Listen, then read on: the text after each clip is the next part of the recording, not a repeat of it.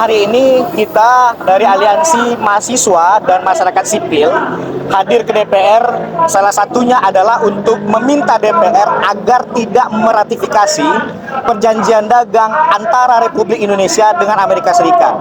Kedua juga, dengan situasi Timur Tengah yang sedang memanas hari ini, dengan sikap pemerintah Indonesia yang memilih masuk ke dalam Board of Peace, kita meminta Presiden Prabowo untuk keluar dari Board of Peace segera.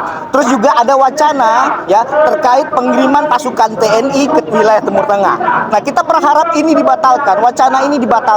Karena nggak mungkin dengan situasi hari ini kita hanya mengirim konyol untuk mati aja pasukan bapak-bapak TNI ke Timur Tengah. Mungkin seperti itu, Pak.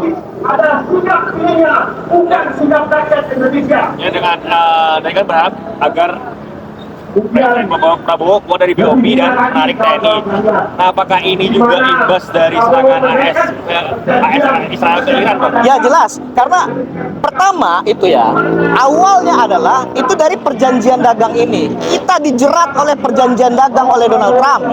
Nah, Presiden Prabowo Subianto terjerat dalam perjanjian dagang yang akhirnya sampai detik ini kita mesti masuk Board of Peace yang katanya membayar 17,6 triliun rupiah. Itu kan logika dari mana gitu loh. Nah, ini suatu anomali sebuah bangsa yang katanya memiliki sikap politik luar negeri bebas aktif ya.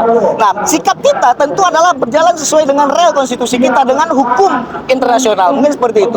Mungkin istana sudah menjawab bahwa memang tidak ada pembayaran, tapi melainkan mengirim TNI itu. Tapi memang dikritik soal TNI ini ya, Pak? Iya jelas, kita tidak setuju dengan pengiriman TNI karena hari ini berarti kalau kita mengirim TNI ke sana ya, kita mendukung juga penjajahan yang ada di sana karena Rafah itu red zone, itu zona merah ya. Nah, ketika TNI dikirim ke zona merah itu berarti kita masuk ke dalam zona perang. Logikanya seperti itu aja, logika sederhana gitu. Tapi Presiden Prabowo juga mengatakan bahwa BOP ini bertugas untuk merekonstruksi pembangunan di Gaza.